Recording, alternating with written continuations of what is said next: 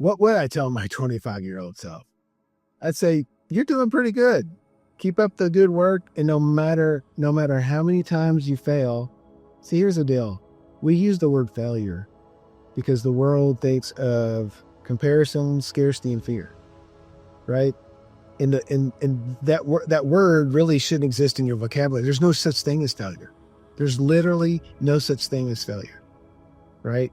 So once you realize it, and you realize that the thing that's happening for you that's happening to you, that you think's happening to you, is actually happening for you, right? And that's when you get excited, because that's the curriculum. That's what you need to get to the next level.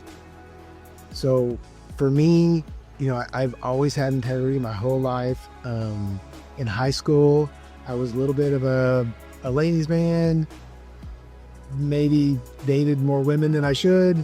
And I kind of lied through my teeth, and I'm glad I went through that, because, I made the big correction. It was like not lying at all. Because to me, when you lie, when you have to think of things to cover for other things, it just builds and builds and builds. It seems easy at first, but then when you start telling the truth and you just start living with integrity, and you just are who you are, it's just so liberating, because you just get to be who you are. You don't have to try to be anybody that you're not.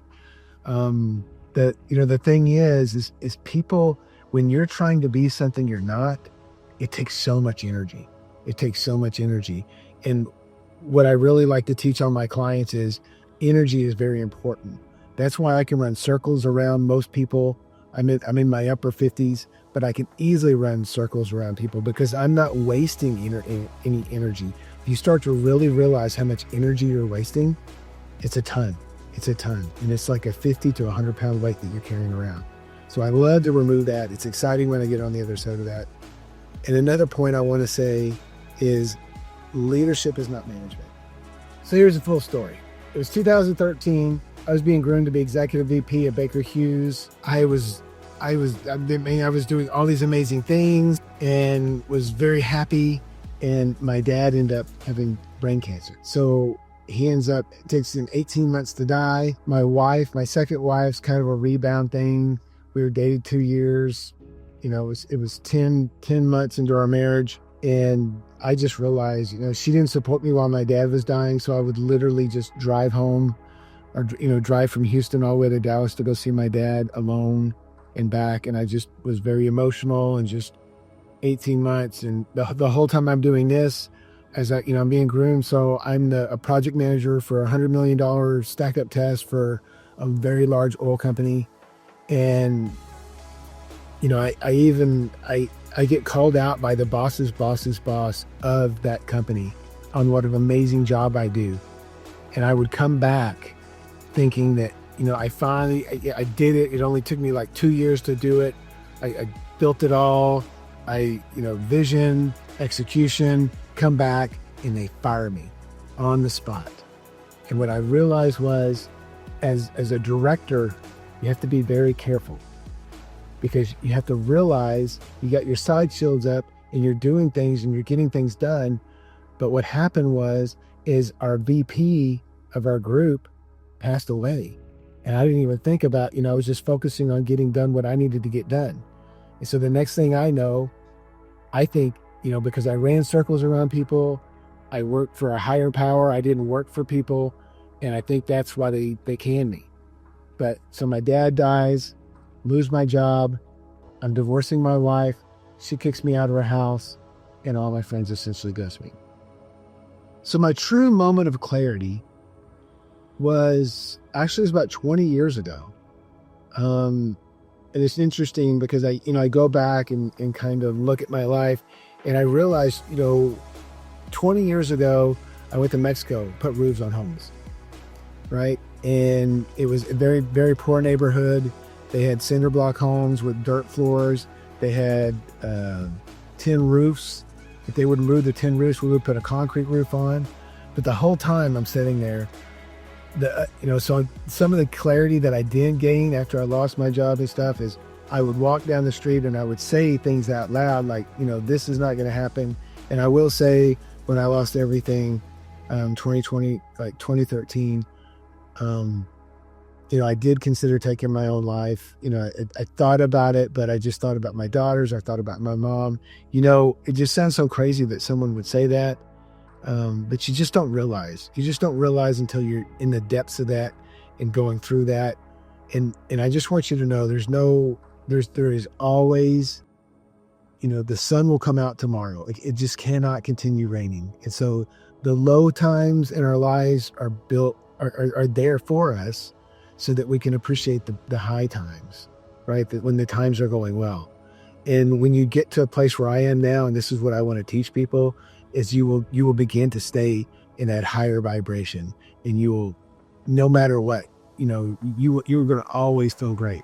Man, literally last month I was told that I lost $200,000, and that day was literally probably one of the most happiest days of my life, because what I realized is that I knew when I got into that was a likely possibility. With risk comes high reward, but I knew that if I lost that, then that means there's something greater coming for me, because and you'll learn this through my program, but everything's physics. Everything's physics. So for you to gain something, you got to lose something, right? And so you have to sacrifice. And just to see that's how that happened. I know on the flip side, something big is coming, something even bigger. If it's not 200 million, it's 200 billion.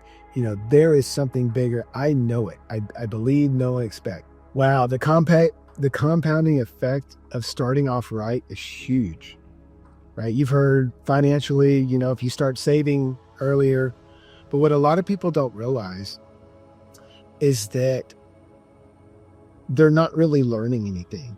92% of the things that they're thinking is just rethinking things. There's no new thoughts. Take the path of least resistance. People that have been, those people that are addicted to complacency, they're not actually addicted to complacency. What they're doing, they're just doing what their flesh told them to do, is do what you did yesterday. That way I don't have to do anything new, right? 92% of your thoughts are just something you thought, you're just replaying thoughts. There are no new thoughts happening.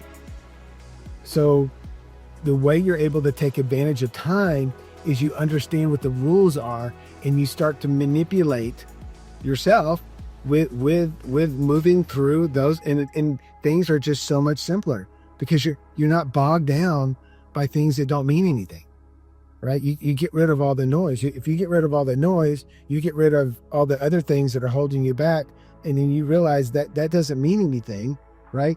Then you have all the time in the world. So I was 11 years old. And so what did I do? And so what I did is, I didn't know this story. See, remember, your lizard side of yourself, your flesh, wants to keep you safe. And so what it did is it deleted all that. But luckily, I had a knowing, right, to contact a friend from second grade and go meet him for lunch in a whole nother city, right? There was something inside me that drove that desire, and what came out of that was that he told me that story.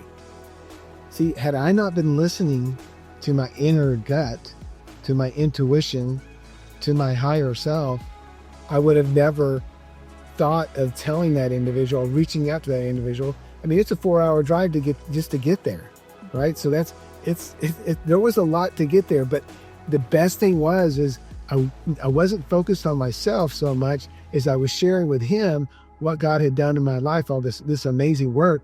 And then he tells me this story. And so that story has been a huge part of my life, understanding why I'm so passionate about helping people. No matter what, I'm always going to continue to help people. But there's just so much stuff weighing you down. And I tell my clients, and my clients see it. After they've worked with me for about 3 months, they've removed like a 50-pound weight from themselves, right? So imagine how much more time you have when you're not carrying around a 50-pound weight. And I joke, I'm like, you work out at a gym or something, go grab one of those 45-pound weights and just carry around with you all day. See how much that slows you down, right? So there's all kinds of things. There's so many things slowing you down. You have no idea. And that's why I'm so passionate about this stuff, because I want to work on removing all that stuff so you could be everything you could possibly be. But I'm not going to be the kind of coach that's going to try to give you, hey, you just do this and then listen to Steve And Steve says, make a right, make a left. No, no, no, no. I don't want to plant any of my ideas, any of my thoughts in your garden. It's your garden. You're going to grow with it.